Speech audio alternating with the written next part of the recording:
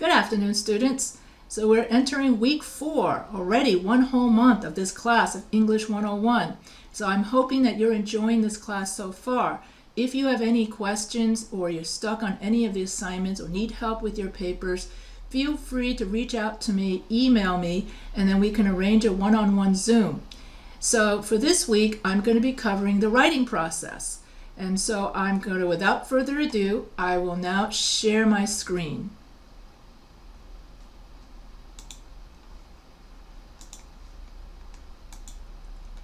Chapter 4, the writing process. How do I begin?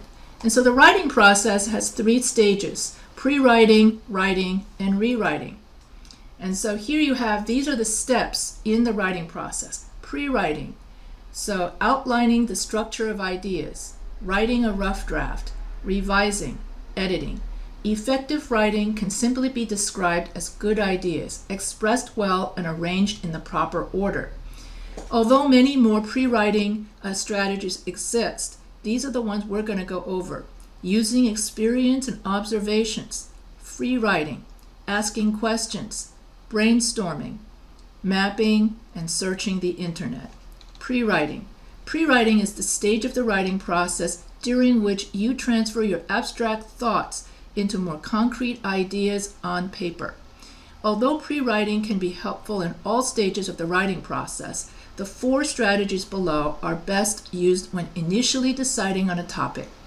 Using experience and observation, reading, free writing, asking questions. At this stage in the writing process, it is okay to choose a general topic. A good topic not only covers what an assignment will be about, but also fits the assignment's purpose and its audience. The first important step for writers is to determine why they are writing and for whom they are writing. Write your purpose and your audience on your own sheet of paper and keep the paper close by as you read, and complete the exercises in this chapter. Using experience and observation. When selecting a topic, students may also want to consider something that interests them or something based on their own life and personal experiences. Even everyday observations can lead to interesting topics. After writers think about their experiences and observations, they often take notes on paper to better develop their thoughts. Reading plays a vital role in all of the stages of the writing process, but it figures in the development of ideas and topics. Different kinds of documents can help students choose a topic and to develop the topic. After choosing a topic, critical reading is essential to the development of a topic. Free writing. Free writing is an exercise in which a writer writes freely about any topic for a set amount of time, usually 3 to 5 minutes. During the time limit, you may jot down any thoughts that come to mind. Try not to worry about grammar, spelling, or punctuation. Instead, write as quickly as you can without stopping. If you are stuck, just copy the same word over and over again until you come up with a new thought. Writing often comes easier when you have a personal connection with the topic you have chosen. To generate ideas in free writing, you might also think about readings that you have enjoyed or have challenged your thinking. Asking questions: who, what, where, when, why, how. Asking these types of questions can help with the writing process. As writers choose their topics, answering these questions can help them revisit the ideas they already have and generate new ways to think about their topics. They may also discover aspects of the topic that are unfamiliar with them. These questions are often called 5WH questions, after their initial letters. More pre-writing techniques: brainstorming, idea mapping, searching the internet. Narrowing the focus. Narrowing the focus means breaking the topic into subtopics or more specific topics or points. So brainstorming is similar to list making. You make a list on your own or in a group with your classmates. Start with a blank sheet of paper or computer and write your general topic across the top. Underneath, make a list of everything you know about the topic, all your ideas, preconceived or not, about the topic.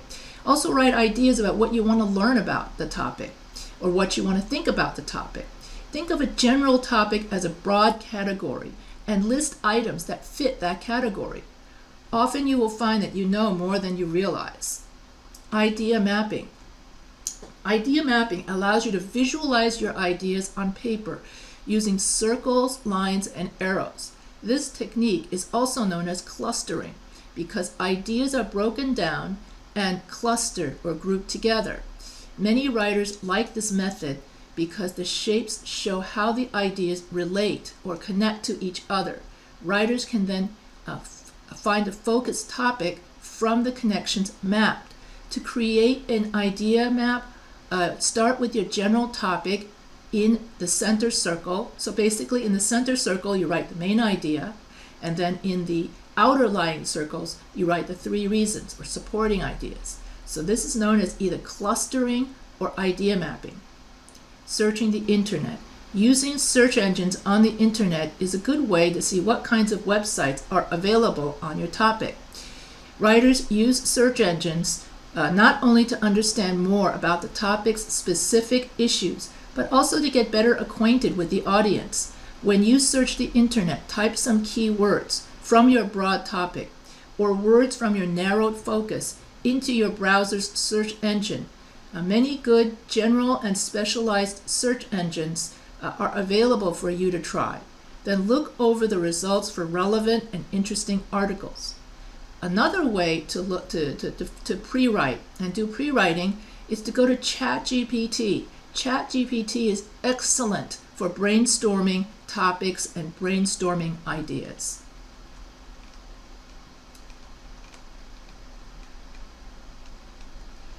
So developing a good topic. So think to yourself, am I interested in the topic? Would my audience be interested? Do I have prior knowledge of this topic? Do I want to learn more about the topic? Is this topic specific? Does it fit the assignment? Key takeaways. All writers rely on steps and strategies to begin the writing process.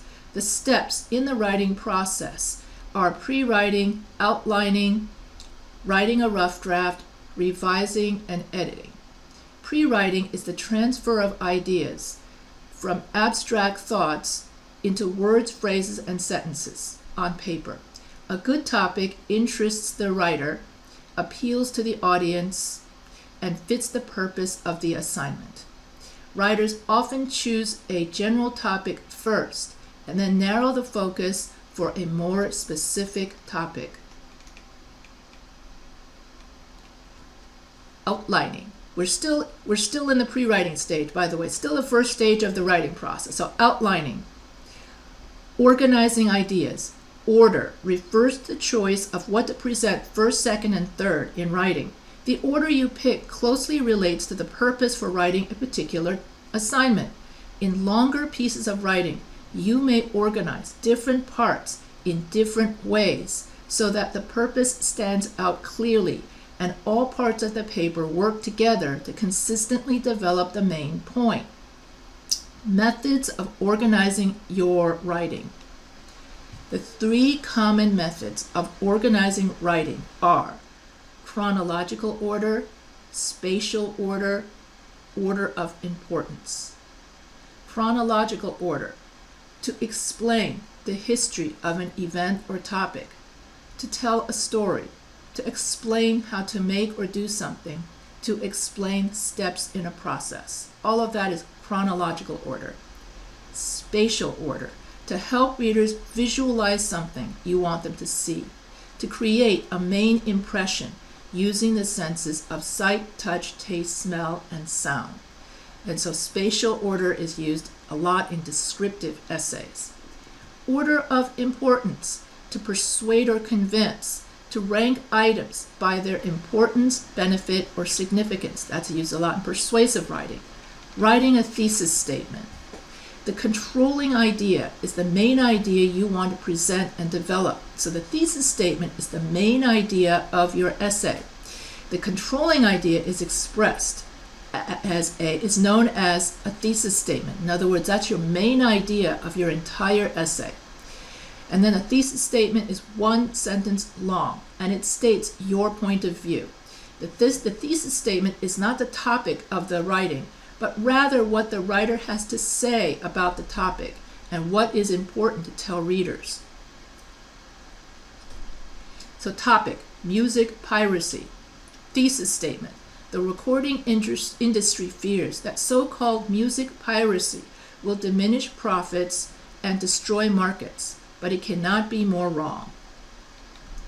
The first thesis statement you write will be a preliminary thesis statement or a working thesis statement. You will need it when you begin to outline your assignment as a way to organize your ideas. As you continue to develop the arrangement, you can limit your working thesis statement if it is too broad or expanded if it proves to be too narrow. Writing an outline. For an essay or a test or a brief orientation, all you may need is a short, informal outline. For a longer assignment, you might need a formal outline. As a way to be sure that students are on the right track, a formal outline is a detailed guide that shows how all your supporting ideas are related to each other. A formal outline helps you distinguish between ideas that are of equal importance and ones that are of lesser importance.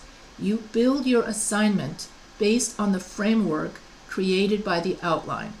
There are two types of formal outlines: topic outline, sentence outline. Both types of formal outlines are formatted in the same way. In a topic outline, you just write your topics. In a sentence outline, you write out your outline in complete sentences. And this is how your outline looks, okay, with Roman numerals and then letters. So these are the Roman numerals are the main ideas. Then you have supporting details, and then you have your subpoints.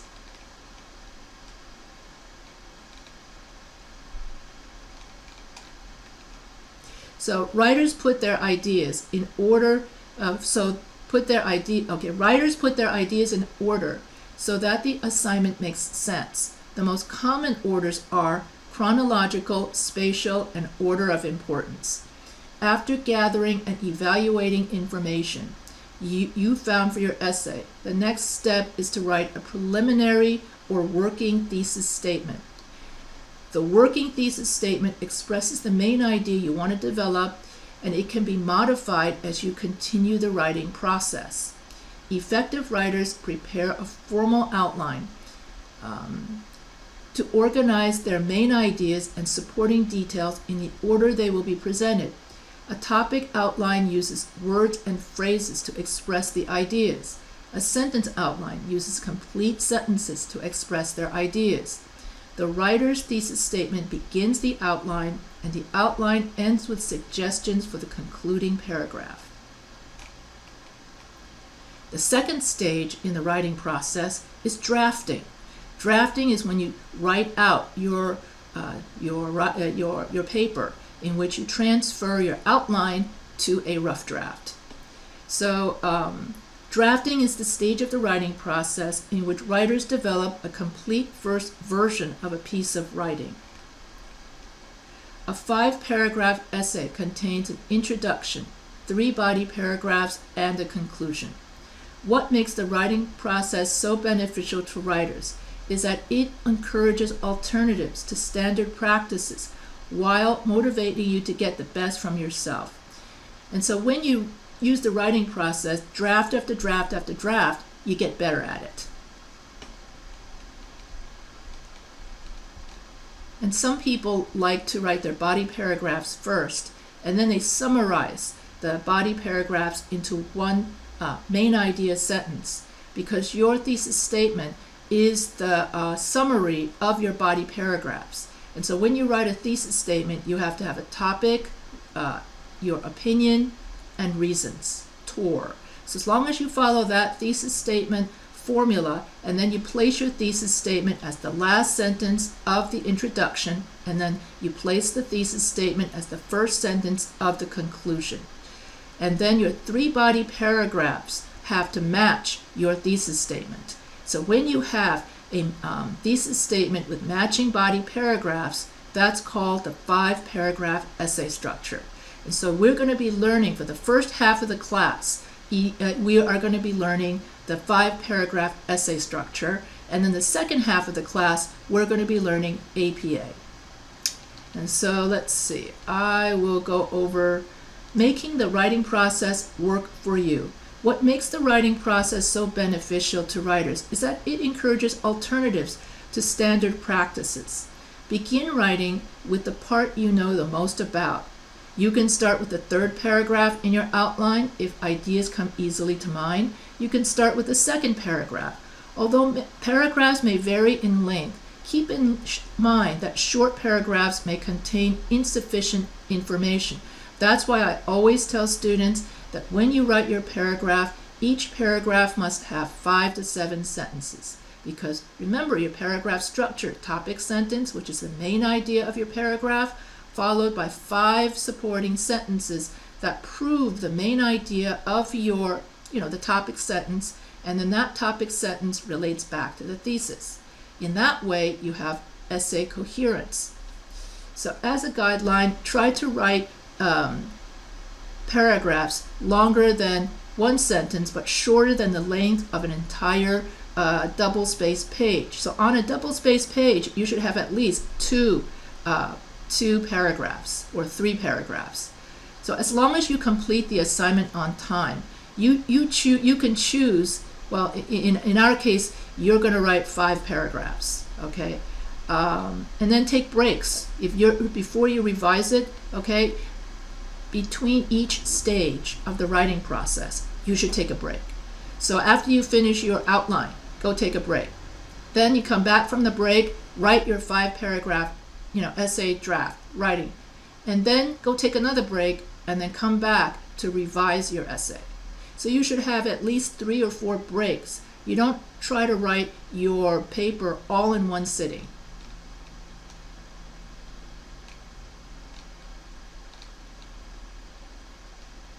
So you can take 10-minute breaks. You could take a break as in just write a little bit each day, but basically don't try to write it all at once.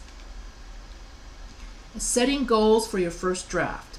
A draft is a complete version of a piece of writing, but it is not the final version. The step in the writing process after drafting is revising. And so during revising, writers will have the opportunity to make changes to the final draft before they put the finishing touches on it during the editing and proofwriting stage. A first draft gives you a working version that you can later improve. So the basic elements of a first draft. Knowing what a first draft looks like will help you make the creative leap from the outline to the first draft. A first draft should include an introduction that piques the audience interest, tells what the essay is about, and motivates the reader to keep reading. A thesis statement that presents the main point or controlling idea. A topic sentence in each paragraph that states the main idea of the paragraph and implies how that main idea is connected to the thesis statement. Supporting sentences in each paragraph that develop or explain the paragraph and implies how that main idea is connected to the thesis. Supporting sentences in each paragraph that develop or explain the topic sentence. These can be specific facts, examples, anecdotes, or other details that elaborate on the topic sentence. A conclusion that reinforces the thesis and leaves the audience with a feeling of completion. And so topic sentences is the first sentence of your paragraph, and topic sentences make the structure of a text and the writer's basic arguments easy to locate and comprehend. The topic sentence in our class will always be the first sentence of the paragraph. But later, when your writing becomes more advanced, your topic sentence can be in the middle of a paragraph or the end of the paragraph, but that's not going to be covered in this class. That's in creative writing.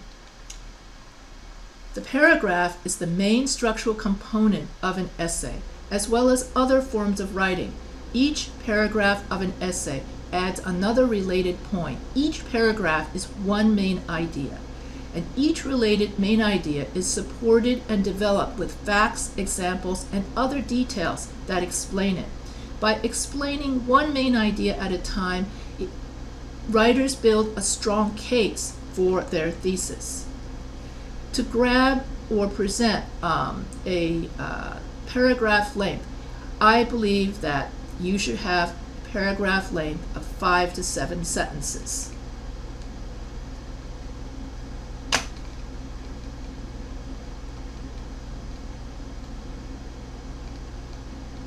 Key takeaways. Make the writing process work for you. Use any or all of the strategies that help you move forward in the writing process. Always be aware of your purpose for writing and the needs of your audience.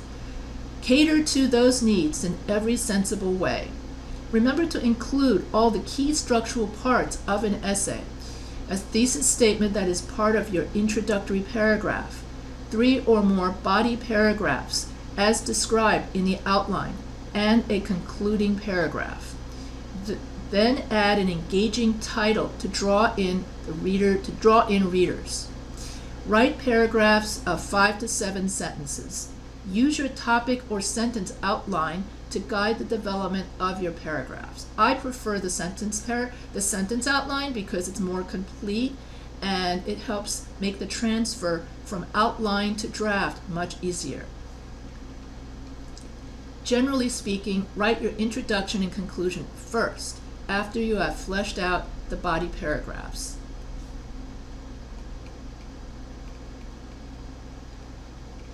And then the very last stage of the writing process is revising and editing. Revising and editing allows you to examine 2 important aspects of your writing separately. First, we revise for essay structure to make sure that our essay makes sense. Is our thesis statement at the end of the introduction? Did we put the thesis statement in the beginning of the conclusion? Do we have 3 body paragraphs? Do the topic sentences relate back to the thesis? Do the supporting sentences support the topic sentences? Does each paragraph have 5 to 7 sentences? Does the paragraph introduction have a hook, 5 background sentences, and a thesis? Does the thesis have a topic, opinion, and reason, and then 3 reasons? And then do those 3 reasons appear as your body paragraphs, because your thesis statement is the roadmap to your paper? And then do you have a conclusion that concludes and wraps up your essay? Your conclusion paragraph should repeat your thesis statement as the first sentence. Then you have 5 summary sentences without adding new information. And then also make sure that you have APA. Make sure you have at least 1 in-text citation per paragraph, and that you follow PI structure. P is the main point from the thesis, I is in-text citation, and E is the explanation of that in-text citation in 5 sentences. Once you know that your essay structure is solid, that's when you move from revision to editing and proofreading. So there are 2 stages to the rewriting process, and that is revision, proofreading, and editing. And proofreading and editing is about the same thing. So after you know your essay structure is solid, then that's when you check for grammar, mechanics, punctuation, and APA formatting. That you do last. And so that pretty much wraps up the writing process. And so when you revise, you take a second look at your ideas. You might add, cut, move, or change information in order to make your ideas clearer, more accurate, more interesting, or more convincing. When you edit, you take a second look at how you expressed your ideas. You add or change words. You fix any problems in grammar, punctuation, and sentence structure. You improve your writing style. You make your essay into a polished, mature piece of writing, the end product of your best efforts. As a writer and thinker, you need to learn to be critical of yourself in a positive way and have high expectations for your work. You also need to train your eye and trust your ability to fix what needs fixing. For this, you need to teach yourself where to look. Following your outline closely offers you a reasonable guarantee that your writing will stay on purpose and not drift away from the controlling ideas. However, when writers are rushed, tired, and cannot find the right words, their writing may become less than they want it to be. Their writing may no longer be clear and concise, and they may be adding information that is not needed for the main idea. So when a piece of writing has unity, all the ideas in each paragraph and in the entire essay clearly belong and are arranged in the order that makes logical sense. When the writing has coherence, the ideas flow smoothly. The wording clearly indicates how one idea leads to another within a paragraph from paragraph to paragraph. So you need to have unity and coherence in your paragraph. So creating unity means that, let's say I'm writing a paragraph about a peanut butter and jelly sandwich. And so I would do let's say I do a process essay. First, you take the one piece of bread, toast bread, you put butter on it. Second, you put peanut butter on it. Then you go talk to your mother on the phone and talk about the best movie you've ever seen, Titanic. Then you put both toast, peanut butter and toast together, and you have a peanut butter and jelly sandwich. Now, which sentence in that paragraph did not belong? Because this paragraph is only supposed to be about how to make a peanut butter and jelly sandwich. Obviously, when I started saying, oh, let's talk about our favorite movie, Titanic, what does that have to do with making a peanut butter and jelly sandwich? Nothing.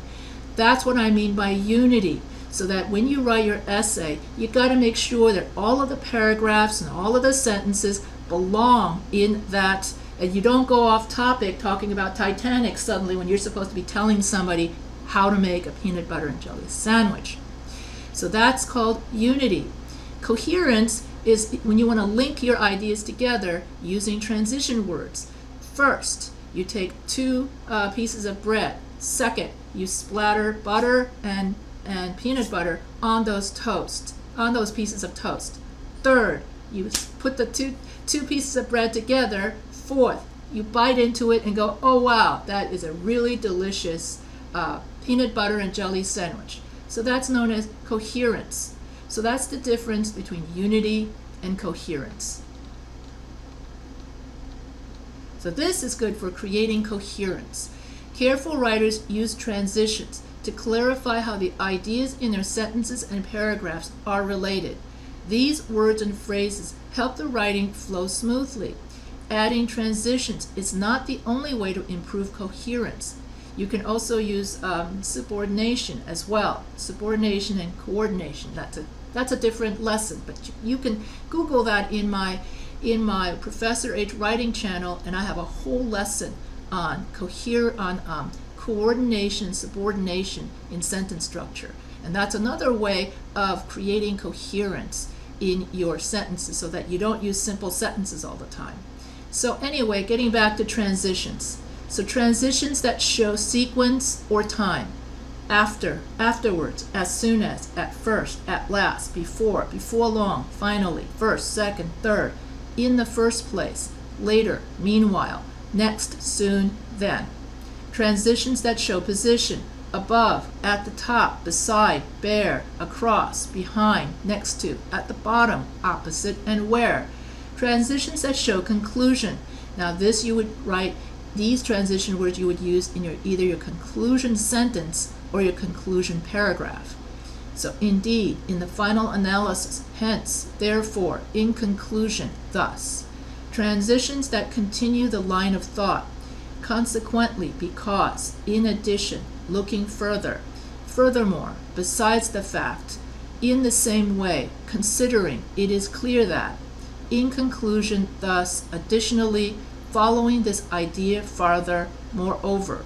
Transitions that change a line of thought, but nevertheless, yet, on the contrary, however, on the other hand, Transitions that show importance, above all, in fact, most, best, especially. Transitions that introduce the final thoughts in a paragraph or essay. Finally, most of all, last, least of all, in conclusion, last of all. All-purpose transitions, to open paragraphs or to connect ideas inside paragraphs. Admittedly, granted, in general, no one denies, to be sure, at this point, it is true. In this situation, obviously, undoubtedly, certainly, generally speaking, no doubt, of course, unquestionably. First, second, third, general, furthermore, finally, in the first place, also last, in the first place, furthermore, finally, in the first place, likewise, lastly. So you got to make sure that when you write that you are clear and concise and that you identify wordiness. So avoid sentences that have there is and there are. Avoid sentences with unnecessary modifiers. Avoid sentences with dead wood phrases that add little to the meaning. Avoid using passive voice. Use active voice. Avoid sentences with constructions that can be shortened. Also avoid slang, because most college essays should be written in formal English, suitable for an academic situation. Avoid slang. Avoid language that is overly casual. Avoid contractions. Avoid cliches. Be careful when you use words that sound like they have different meanings. Choose words with the connotations that you want. Use specific words rather than overly general words. And this is important because in this class you're going to be doing a lot of peer review. After working so closely with a piece of writing, writers often need to step back and ask for an objective read. What writers most need is feedback from readers who can respond only to the words on the page. When they are ready, writers show their drafts to someone they respect and who can give an honest response about its strengths and weaknesses. After evaluating the feedback and assessing what is most helpful, the reader's feedback will help you when you revise your draft. This process is called peer review. And so in the Forest College, you will have a lot of peer review forums where you will peer review each other's papers so that you can all get a much better grade. And so here are the questions for a peer review. What this essay is about. Your main points in this essay are. What I like most about the essay is the 3 points that struck me as your strongest. These places in your essay are not clear to me. Need improvement where? Needs improvement because where? The one additional change you would make that would improve this essay significantly is. And you can also use ChatGPT to give essay feedback. All you have to do is go to ChatGPT and then put in the prompt, give essay feedback. Then you cut and paste the student essay into ChatGPT, press submit, and then ChatGPT will also give you a good peer review of your paper. And what do you do with this peer review? The purpose of peer feedback is to receive constructive criticism of your essay. Your peer reviewer is your first real audience, and you have the opportunity to learn what confuses and delights a reader so that you can improve your work before sharing the final draft with your teacher and getting your grade. It may not be necessary to incorporate every recommendation your peer reviewer makes. However, if you start to observe a pattern of the same mistakes that you make, then you can fix your paper based on that peer review. So you might get feedback from your readers, from your teacher, and don't be offended by the feedback. Take it as a suggestion to improve your writing. Be a good sport, be a team player, and that way you can learn from each other so that we are all in this together to learn from each other. Because in every class that I've taught, I've had strong writers and weak writers. And usually the strong writers have a lot to share to the weaker writers to teach them the things that they know. And then of course the teacher can then share her feedback, and so can ChatGPT. Now you add in ChatGPT into the mix, so you can get a lot of feedback for your paper, and then you can use that feedback to correct your paper, to improve your writing, to get a better grade. And here is a checklist. So when you're correcting your own paper, or when you're correcting another student's paper, you can use this checklist to make sure that you've checked all the boxes so that your paper is spot on for your final draft. This is why we have a writing process, because each time you rewrite your paper, each time you do the draft over and over again, your paper gets better and better. Are my sentences fragments? Do I have any run-on sentences? Does every verb agree? Do I have the correct tense? Is there an antecedent for every pronoun? Do I have sentence variety? Do I have good punctuation and mechanics? Did I properly format my paper? All right. So revising and editing is the last stage of the writing process. And editing and writing, editing and revising and editing are the stages of the writing process in which you improve your work before producing a final draft. During revising, you add, cut, move, or change information in order to improve content.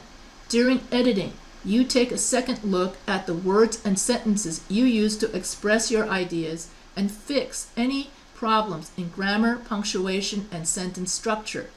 Unity in writing means that all the ideas in each paragraph and in the entire essay clearly belong together. Coherence in writing means the writer's wording clearly states how one idea leads to another and links to one another. Transitional words and phrases make writing more coherent. Writing should be clear and concise with no unnecessary words. Effective formal writing uses specific, appropriate words, avoids slang, contractions, cliches, and overly general words. Peer reviews done properly can give writers objective feedback about their writing.